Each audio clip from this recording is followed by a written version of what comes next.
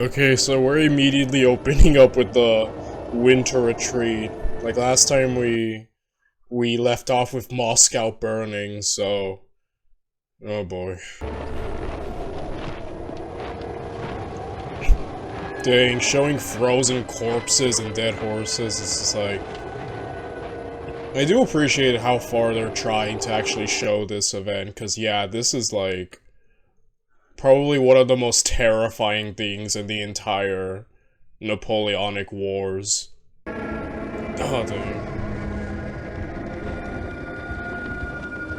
Those are the Cossacks, yeah, who were just stalking the French.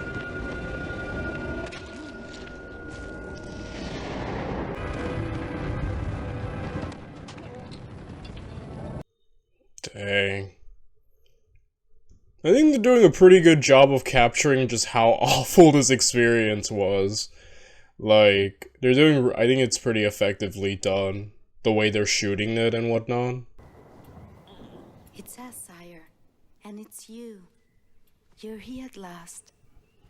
Oh, dang, so that was a really cool, yeah, it was kind of being shot like a horror movie for a second there, which it kind of was for those who actually went through it, but, yeah, I kind of like they showed it through Napoleon's dreams of just the horrors of that march. As it is nearly Christmas, I have decided to give a present to all the French people, and most of all to you, my dearest. The wars are over. I declare peace to the world. Yeah, Napoleon, you have no power to make that kind of decision. In fact, war is about to ramp up now that you're weakened.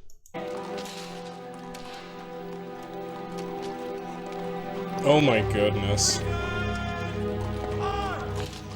Dude, look at look at the new army. It's all children. Oh my goodness. Yeah, Napoleon and his teenage conscripts and his 13-year-old army. His army full of like freshmen of high school. That's insane. Come now, Metternich. Oh, that's Metternich. No need for peace. I'm not asking for peace, I'm making it. In fact, I'm imposing it. You and what army, Napoleon? Your army of children are gonna enforce worldwide peace? Oh man. Yeah, Napoleon doesn't have the Grand Army anymore. It's just the army. But yeah, you were just like, this is where everyone just starts like, yeah, turning on Napoleon now that he's lost the majority of his power. I'm afraid France is in no position to impose anything at all, sire. Yeah, that's true. Metternich's right. You dare order me to give up my conquest? Yeah, so this is interesting. So, Metternich made offers to Napoleon on behalf of, you know, obviously Austria.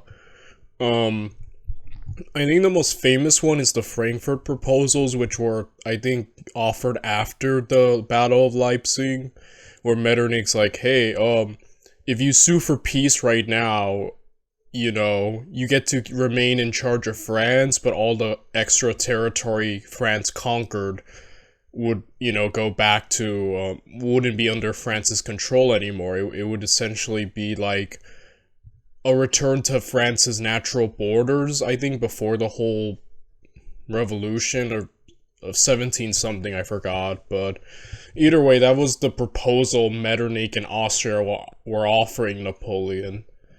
And, in my opinion, probably the last chance Napoleon actually had of remaining in power in Europe. You know? Obviously Napoleon, who is, as we know, Napoleon, said no, because he would rather fight and keep going, and there were chances he thought he could win still. But as we know, he lost, so I don't know, I think the Frankfurt proposals and the proposals Metternich and Austria were offering were probably the last legit chance Napoleon had, but, you know, Napoleon didn't have the hindsight to know that he would lose great battles, you know, so, yeah. But if France refuses to subscribe to the conditions we propose, Austria, unfortunately, will be obliged to declare war on France. Austria declare war on me? On me? On me? Austria would never do such a thing. A completely foreign concept, Austria declaring war on Napoleon. I'm shocked they would ever do that. Have you forgotten whom I've married? Come over here, let me show you something. Napoleon, if you think being married to Emperor Francis's daughter would make you immune to him declaring war on you, you are sorely mistaken. Like, Emperor Francis, if there's one thing Emperor Francis loves more than Austria, loves more than his own family, it's declaring war on Napoleon. Like, he might hold the record of declaring most war on France at this point. It only took me 3 months to build up the Grand Army again. This is one of my new regiments. Dude, Metternich's face right there is my face. I'm like, Napoleon, this isn't the Grand Army. It's just the normal army now. And also, there's just a bunch of, like, teenagers in it, which is just insane. Like, granted, under Napoleon's leadership, they came up with great victories. I'm not, you know, like, what was that battle? The Battle of Dresden? It starts with a D. I think you guys know what I'll be talking about it in the... Also, in the 6 Days campaign, like, obviously, Napoleon's leadership could like, lead an inexperienced army to still kick Europe's butt, but it's like the numbers game is just too great, you know? Austria dares to declare war on me. I will reduce Vienna to rubble. Then you are lost, sire. Yeah, Napoleon just probably threw away a chance of ending this quickly, so... yeah.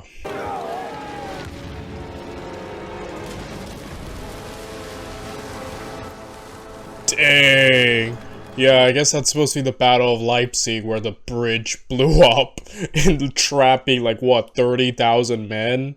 Or something for the enemy to capture? That... one of Napoleon's biggest elds, and it's just, yeah, we're just witnessing the complete downfall of Napoleon, just, yeah. You have negotiated your departure with the Austrians. What are you implying? I'm not implying, I'm saying it to your face. Yeah, you know, this is kind of the moment where Murad went from one of my favorite marshals to just me being meh with him. You know, that Murad was kind of saw where the winds were blowing, and he was trying to get good with the coalition. He even declares war on Napoleon, like, to keep his kingdom, but obviously they were not interested in keeping him, you know, king of Naples, so... yeah, I just didn't respect that from Murad, because I viewed that personally as kind of him being a snake, like snakish behavior, as I called it. We have lost the war, haven't we? Lost the war because the enemy has a few more troops. I have my Yeah, Napoleon, you've lost. After Leipzig, it was a done deal. Like, he lost. But Napoleon is Napoleon. He does not give up that easily. Give us fresh horses. We could be in Paris in an hour. They are not shouting, "Long live the Emperor." Yeah, because at this point, they don't... they just want the war to stop, and Napoleon is obviously, you know, fighting to the bitter end, but, like, he was the only one, or at least one of the few, who actually had that mindset at this point. Everyone else probably just saw this, like, we've lost already, like, we're just prolonging something, you know, I guess it's prolonging the inevitable, but it's like it's already lost the entire war, you know? Evacuate the capital? Are you mad, General? My brother Joseph is in charge of the defense of Paris. He has signed the surrender and has given the order to withdraw the troops. Yeah, just I think Marmont was the first marshal to just be like, yeah, we're done. I'm giving up, you know. And yeah, because Napoleon wanted to keep fighting, and that would have resulted in like the bombardment of Paris, which would have been like a complete, like the morale's already basically done, but that would have just crushed it all. So it's like I kind of agree with that. Like I know some people would be like, oh, Marmont's a traitor or whatever, like, you know, he gave up, but it's like it's done, you know, the war. Napoleon can't win anymore at this point, so yeah, at this point, let's just stop, you know. Yeah, I get Marmont's decision. I think I really understand it from that perspective. The people will agree to any treason to protect the city. They even applauded the Allies' decree demanding your abdication. Dang. So yeah, it is amazing just how Napoleon's fall. I've said it before that I think Napoleon's life is kind of like a Greek tragedy. You know, this monumental rise and then this fall. It's like just really amazing. But at this point, yeah, everyone's just done, you know, and he's lost everything. And, you know, that's mainly due to a lot of bad decisions on his part.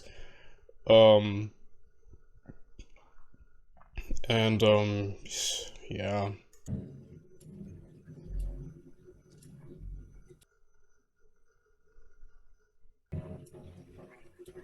Oh, dang. Yeah, I remember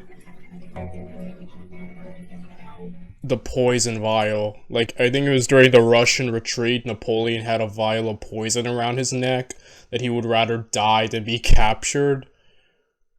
He does, oh yeah, he does attempt to end his life here, but he doesn't die because I think the poison's out of date, but it kind of goes to show you just the despair, right? And how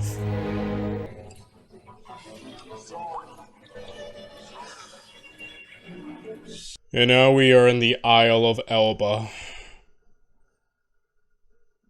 And Napoleon's miserable as possible. So, you know, it's really interesting, Napoleon's time on Elba, because, like, he actually ruled really well, setting reforms and whatnot. Like, Napoleon, even, like, at this point, still the reformer, still great at governing, and he was actually ruling Elba really well. But the thing is just Napoleon's ambition is just... Napoleon would never accept less than his empire. Like, you know, and... even the nice island of Elba obviously would never satiate him. Not even like France alone would satiate him. I think Napoleon would never settle for less than his empire, which is a big part of his ambition, which got him far, but also helped kind of... it worked against him at near the end, so... yeah, it's kind of like a double-edged sword, huh? But to spread our ideas, our love of liberty, our audacity, our youth, that's what I wanted to spread throughout Europe. And Europe didn't want your gift. Or maybe the color of the ribbon you tied was too much the color of blood. Napoleon's mom's kind of hitting him with facts right now. Yeah, very blunt, but honest, you know? What makes you think she wants to come here?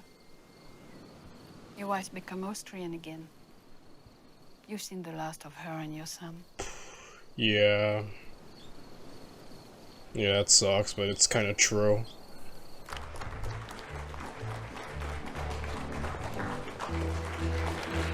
Okay, so Napoleon's partying now. You know, gotta get your mind off of losing your empire somehow, and throwing a nice party? Pretty good step. Start with the bad news. The English don't believe you've resigned yourself to ending your days here. The fact that the island of Elba is only 3 or 4 days by sea from the French coast keeps them awake at night. The British were actually right in their fear of Napoleon returning, because that's actually what he did. But man, it kind of goes to show you just how much they... Not only did they hate Napoleon, but they also feared him, in a sense that, like, knowing that he's a threat and, doing everything they could to keep him down, because they knew the potential he has, right? And really did not want it ever happening again, what happened. So, yeah. They are planning to send you to another island. They cannot do that. The island of Elba was assigned to me by an international treaty. Yeah, so that's also interesting that there were rumors, I believe, that they wanted to just move Napoleon. So that probably played a part in Napoleon just escaping in the first place. But yeah, there were rumors they were just gonna move Napoleon, so Napoleon probably wasn't long for Elba. Even if he didn't leave, there's a chance he would have been removed by the British, right? So he wasn't long for Elba. He probably just figured, hey, if they're gonna move me anyways, I'd rather as well just try to take back my throne, Why not, As for King Louis XVIII, opinion is unanimous. They all hate him. So many Parisians have thrown away their royalist badges that the main sewer is blocked up. What I wouldn't give to see it. But they wouldn't give to see you, sire. They want you back with all their hearts. Yeah, for all Napoleon's faults, especially with the constant wars, he was a better ruler than the governmenting forces that came before him, such as the Directory, the Bourbon monarchy, the Jacobins. Like, Napoleon did help govern and rule France pretty well, so makes sense, yeah, that they kind of miss him, and it's a shame Napoleon couldn't stay on Elba for long, because I think, like, if he could have stayed there for a longer time, he was only there for, 10 months, I believe. If he had, hung out there for years, imagine, he could have really let the situation of mainland Europe really fold in on itself. The Allies, now that they don't have a common enemy, Napoleon, would kind of start turning against each other. There would be issues. The French, the hatred for the royalists would grow even bigger. And yeah, Napoleon only had to benefit the longer he stayed away. But the thing is, like I said, he didn't really have that option, because either the British would have forcefully moved him. Also, he wasn't long, for the world. He died pretty, a few years after the Waterloo campaign, 6 or something years? So he wasn't long for life, so he didn't really have the benefit of waiting that long, huh? Which sucks, because, like I said, I think if he could have stayed on Elba for years or something, he could have only benefited from it. We might manage to slip past the English fleet. Heck yeah, Napoleon, we're gonna escape Elba, we're gonna try to take back France. Josephine? Sorry, she's dead. At first they thought she had caught a chill. But it was far worse than that. Purulent pharyngitis. Dang, Josephine died. Oh man, that sucks. Yeah, I think she did die during his stay on Elba, and that's just really unfortunate, because at the end, obviously, Napoleon had a lot of affairs, and, whatnot, even divorced her, but, like I said, I really do think that Napoleon and Josephine really did love one another. And that's just, a heavy, blow to him. That's just, yeah. I'd be honored if you'd wait for the rest of your army at our house. That is my army. All those 50 men. The Grand Army! Dang. But Napoleon, I think, had, 1,000 men, right? Actually, on Elba. And when he returned, he came back with only 1,000, or... I could be wrong, but I think when he was marching at first, he had just 1,000. I intend to reclaim my throne without spilling a single drop of French blood.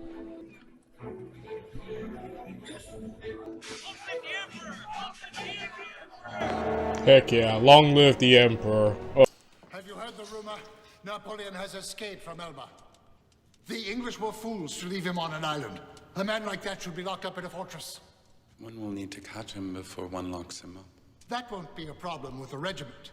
I'm on my way to the king right now to offer to take charge of this. so this is Marshal Ney acting like he wants to go capture Napoleon. I will bring that madman back in an iron cage. I'm curious, Ney, why such hatred after so much devotion? Yeah, Ney, why are you capping, bro? Like, we know you want Napoleon back. Like, stop acting like you hate him. I recognize their insignias. It's the fifth of the line. And Ney's in command. Soldiers! Prepare to fire! Alright, so this is the moment where Napoleon gives his epic speech, right? Be like, and everyone just joins back with him. Soldiers! Lower arms! Marshal Ney! Soldiers of the fifth of the line! I am your emperor. Heck yeah. On my command! Fire!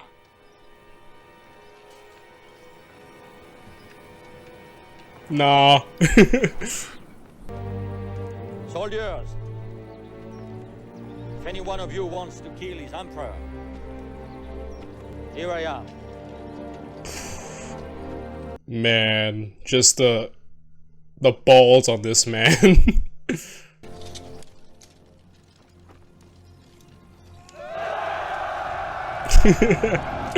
Heck yeah. This is such an epic moment, like, in the entire, like, Napoleonic Wars, where he just returns and basically takes Paris without having to, like, yeah, without having to fight. Just goes to show you just how beloved Napoleon was, you know? And, this is just a really cool moment where everyone just goes back to him, like, one of the best, coolest things, and I really like how the series portrayed this moment, you know, just very well done. Keep your sword, you fool. How will you be able to defend your emperor without it? Heck yeah. Look at Ney, he's like, yeah, I'm sorry, I was pretending I didn't like you anymore. Heck yeah. Long live the Emperor! When France exalts, sire, England mobilizes troops. And they are not alone. Austria, Prussia, and almost certain Russia, too. You have a new coalition against you, sire. Yeah, and you don't have the military strength you used to. It's like, the whole Waterloo campaign was an insane gamble, because just the odds were way too much against Napoleon. I became plain Murat again. Marshal Murat. Murat the cavalryman, whom you will need for the war ahead of us. Need? I think not. Yeah, so... Yeah, I think I had heard that Murat... I don't think he actually met with Napoleon face to face. I think this was done through, like, messengers or something, but... Yeah, Murat was kind of offering his services, and Napoleon was like, nah, I don't trust you. Which is fair. But... Yeah, I think he could have probably... I think Murat... I think at this point, Napoleon needs everyone he can get, because the odds are already against him. Some of the marshals were not willing to join back with Napoleon, which severely depleted his talent pool. So I think... And also, as we know with Ney being in charge of the cavalry at Waterloo, that was a complete disaster, so... Yeah, maybe he should have just... I don't know, accepted Murat back. I think Murat would have been better, you know, and pretty much of use to Napoleon, but that's just my opinion, who knows. Ney will take your place at the head of the cavalry. Yeah, that was a bad decision, Napoleon. No offense to Marshal Ney, but I think he was given too many jobs that he could not deliver on during this time.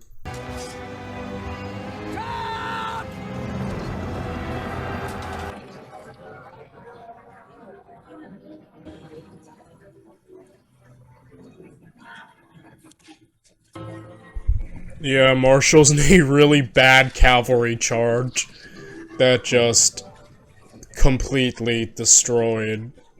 Yeah, one of the biggest Has Ney blunders. lost his mind? I didn't give the order yet. Never, never charge infantry before they've been broken up by a round of shells. Yeah.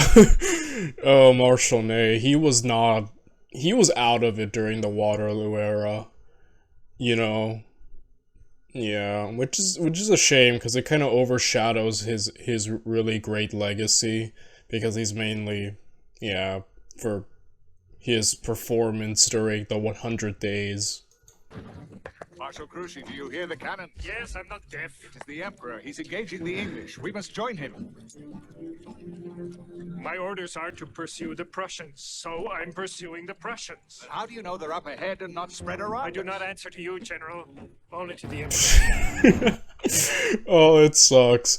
Grouchy, who was doing what, all people in the military are encouraged to do, listening to their superiors, ended up, basically costing the, helping contribute to the defeat of Napoleon, which sucks, because the dude was just doing his job, or what he was told. But, yeah, that just sucks. Where was he captured?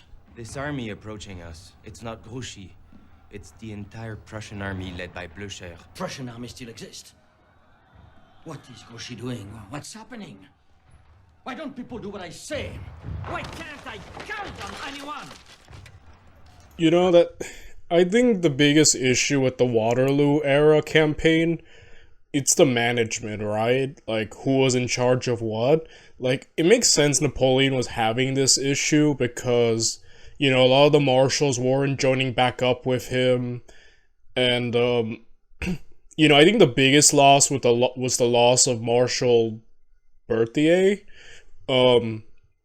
His chief of staff, who was not with him. Soult, I think it was Soult who was given that position, and no offense to Soult, but I don't think any other marshal could replace Berthier.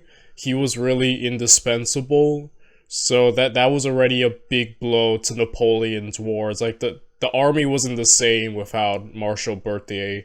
It also doesn't help that, like, obviously he put Ney in charge of cavalry, and as we know, Ney was not the best choice for that.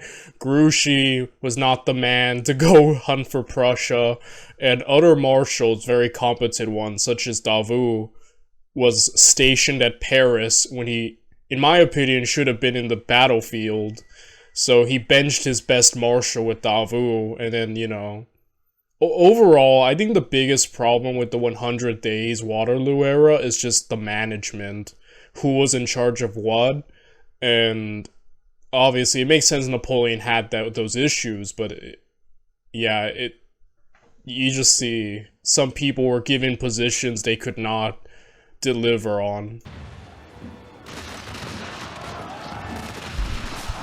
Yeah, Wellington's attack on the guard kind of broke the morale, right, of the army. Over here, soldiers! Come and see how a marshal of France meets his death! Yeah! Marshal Ney is insane. Like, he was out of it at this point. As you see, they're just getting blasted.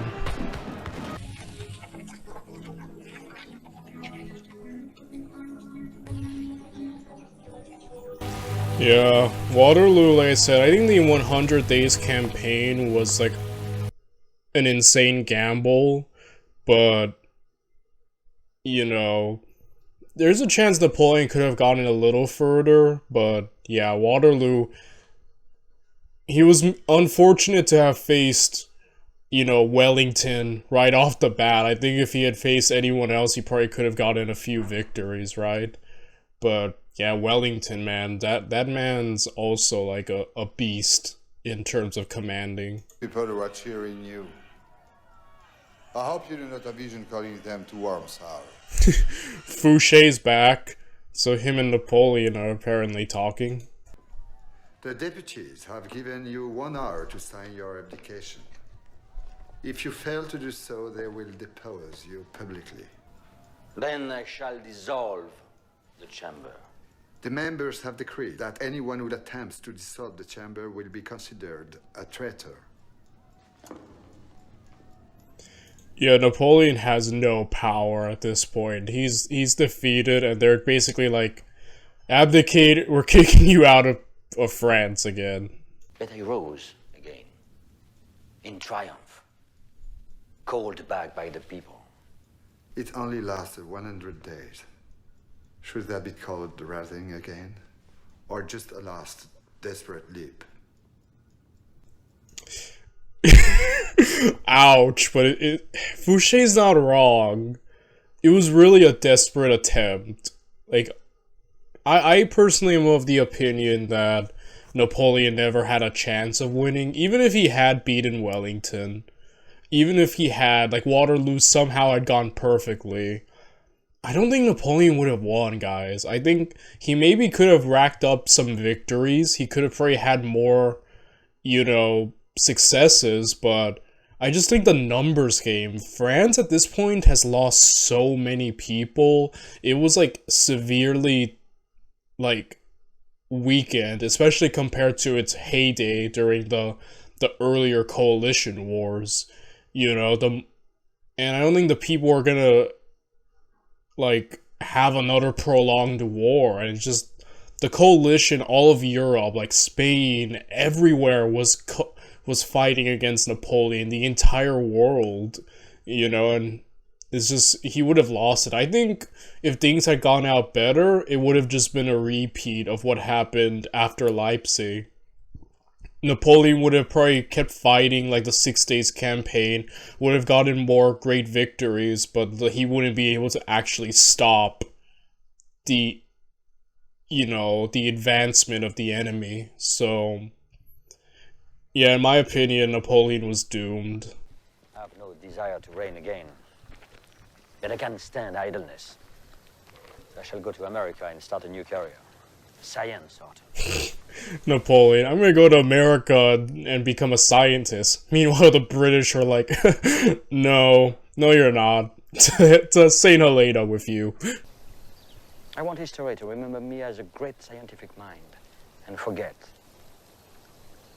I was also an emperor. Yeah, no, Napoleon, you're remembered for being the emperor and for being one of the, arguably the greatest military mind. Also for being short, but that's just mainly British propaganda that endured. Scorning all laws of honor and staining her flag forever, England went back on her word and turned me from a guest into a prisoner. Yeah, so we finally have caught up with, you know, the present. All of that was Napoleon's telling of events. Like, this entire series was structured from the first episode as Napoleon explaining his life, you know, to, yeah, this woman. So it's, you know, very interesting overall. We're going back to England. My father has been posted to London.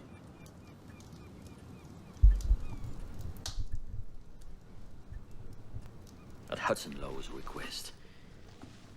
He's doing all he can to isolate me, sending away everyone I care for. Yeah, the British were like, oh, Napoleon being friends with British people? That's illegal. No, I'm joking, but yeah, like Napoleon, St. Helena really was Napoleon's prison, you know? And, you know, I think Napoleon was quoted with saying, I might butcher the quote, but I think you might know what I'm saying. You know, to die is nothing, but to live defeated and without glory is to die daily, or he something of that vein. I butchered the quote, but I think you might know what I'm talking about. So, and I think that's kind of the thing about Napoleon's stay on St. Helena, that, yeah, he lived defeated and ungloriously, which was the worst way, in Napoleon's opinion, one could live, you know? I know what he's doing. Once there are no witnesses, he will be free to carry out his evil deed. He wants to kill me, Miss Betsy. By poisoning me in small doses. You know, I think Napoleon, like, didn't he have stomach cancer or something? Like, I think that's what he had, but, the thing is, I think I've heard, yeah, some theories that the British were poisoning Napoleon or something. I've heard that said, so, yeah.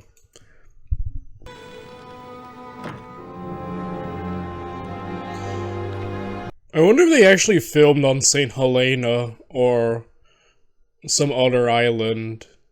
Because if that's the actual St. Helena, it does look a little barren, you know?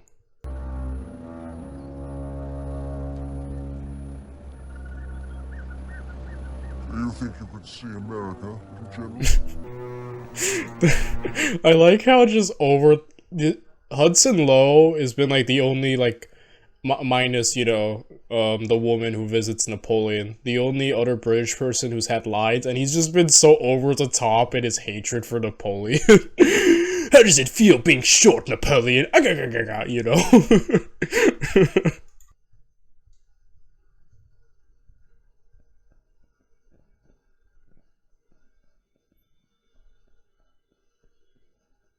Dang.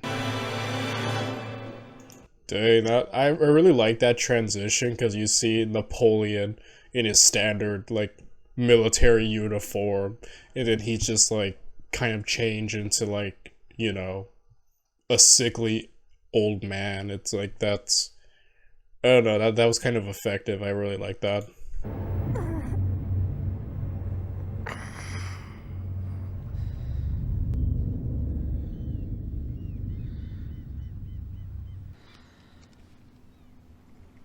Elle. Armée.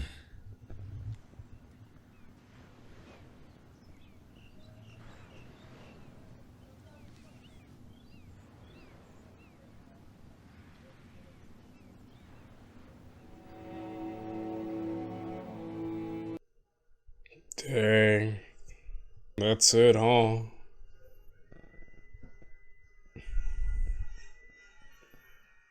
I think that was, like, Napoleon's final words. I think it was the army and Josephine. At least that's what I think I heard. I could be wrong, but here it was just the army.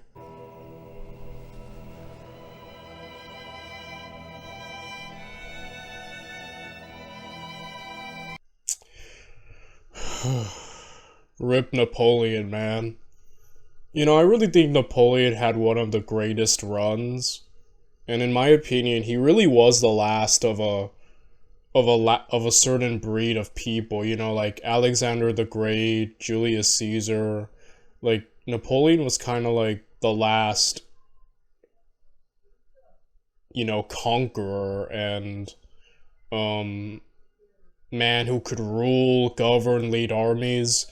He was last of that kind of vein of person, and, you know, probably the last great man. Not to say there haven't been, like, you know, really good, you know, leaders, but it's like Napoleon, it's like the degree of a Napoleon who could do it all. We haven't really seen someone like that. So, yeah, he had one of the most insane runs in all of history, and his life is just so interesting. It really is just like a Greek, you know, rise and fall. Just, it's, I don't know what else to say. From all the Napoleon videos we've covered, there's just so much to this dude, and I'm still learning. It's insane. He has one of the richest, greatest lives of all time, you know?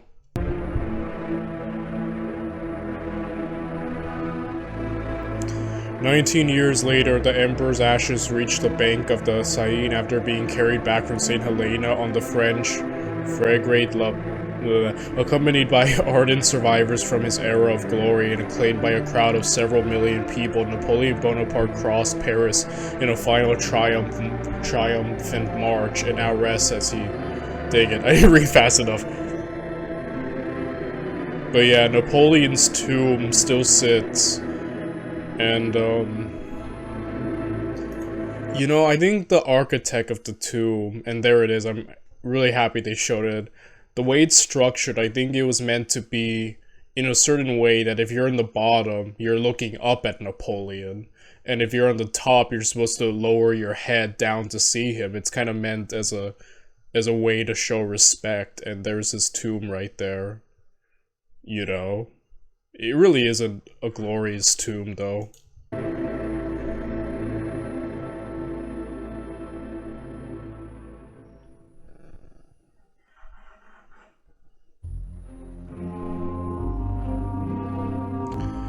And that is the end of Napoleon 2002. This has been a... I really like this series. I really like it. You know, and I'm very happy that I could get this on YouTube. Though, obviously, I had to learn a lot when it came to movie editing. And, you know, just to get people to see this. And there was audio and sync issues. Hopefully, by this point, much better. But obviously, in the last episode... You know, this was a learning process. Instead of watching, you know, other YouTuber history videos, I watched this, and I would like to cover more history-related movies and shows in the future. But I'm really glad I started with Napoleon, because in a funny way, Napoleon is really the reason my channel has grown. You know, the Epic History TV Napoleon is where I gained a lot of my, gained a lot more subs and views, so yeah, overall, it's just, in a weird way, I just admire Napoleon a lot. I mean, I'm not saying he's a perfect man, it's even hard to describe him as a good man, but there is just a lot to admire him for. His genius, his ability, his talents are undisputed and unmatched, and you know, his life is just one of the greatest lives, most interesting lives to ever happen, you know? And there's just so much to Napoleon. And I feel like this series, you know, obviously it cut out a lot of things because there's just, with Napoleon's life, there's just too much to cover. Like, there's just too much. But I think this series did a pretty good job hitting the high points. Obviously, I guess the battles, depending on how you look at them, probably weren't the... If you watch the movies like Waterloo and whatnot, obviously these battles weren't as grand, but I do think they did a pretty alright job of getting the point across, you know? And I think this portrayal of Napoleon was very likable. You know, I don't know if it's the actor or whatnot, but this was a very respectful portrayal of Napoleon. I think this was a French production, so that makes sense. But it didn't shy away from showing a lot of Napoleon's, like, more negative qualities. I would call this portrayal heroic, and the actor really, I think I liked the actor a lot who portrayed Napoleon. He was just very likable, very easy to root for. And I think his portrayal on Napoleon was fantastic, very fleshed out, and just, I think he hit the points he needed to. And I think the actress who played Josephine was amazing, the best actress who's ever portrayed Josephine. Then again, I've only like seen two portrayals, the one with from the Ridley Scott movie, which is no, that just sucked, but I mean, not the actress, it's just the way Josephine was written was not likable at all. But, yeah, I think overall, I really like this series. I like their take on Napoleon. And I think it was just really well done, in my opinion. I really like it. I would give it, like, I don't know, a 7 out of 10. Or like a B if I were to grade it through like letter grades, but you know, I think it was really good. I really liked it, and hoping that, you know, you guys liked it, and if you would like for me to watch any other history related movies or shows, I would like to. I've taken this as a challenge. It takes editing and hours to like get one of these videos up, but every time I finish, it's like, wow, I'm happy I got this on YouTube. Let me do another one, you know? it's kind of like that. But overall, this was really fun. I hope you guys enjoyed this too, and I guess I'll see you in the next one. Bye, everyone.